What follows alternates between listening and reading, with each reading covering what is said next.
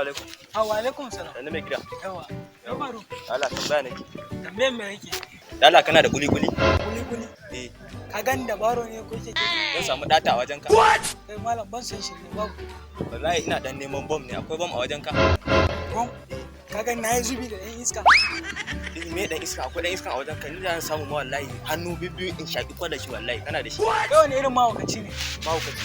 Ni dai Kana da shi? a shago ana sayarwa. Shi sai da shagon wani abu ne ana sayarwa. Da Allah babu wani a wannan a wajen ka ko tuwo ko nama? Kai ban san hauka. Ni wallahi ka gani nan bako ne tun daga Kano na zo nan nake neman abubuwan da nake son samu kuma na kai min kala da su. Da Kano ka taho? Amma da za ka taho da kafa ka taho ne ko a mota? A motan sayarwa ake? Kaga in kai nan Eh.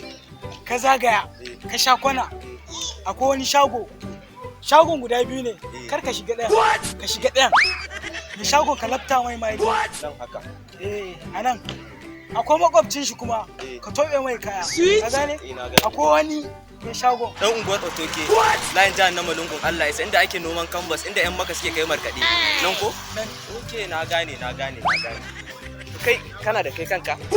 shi kan nawa a ina ake saida To ya ina tambaya kana tambaya ta. tambaya a ina ake saida Na fi ka da tun kwakwalwa. kwakwalwa a ina ake saida Ka zo na dai dana hankali. Wani da ga raina hankalin a ina ake saida kana da number waya? number one a ina ake saida faɗa min ni ina so yanzu ma nema yanki Amma ana ban samu ka wallahi na fi ka cin kai. In ga ma gaskiya ka ji. Kai, Allah shirye ka fara TikTok Menene Allah shirye ni? ka fara TikTok TikTok. Sabon mota ce ta fito. babur ne Oke babur ne? To shikenan Allah shirye mu gaba ki daya.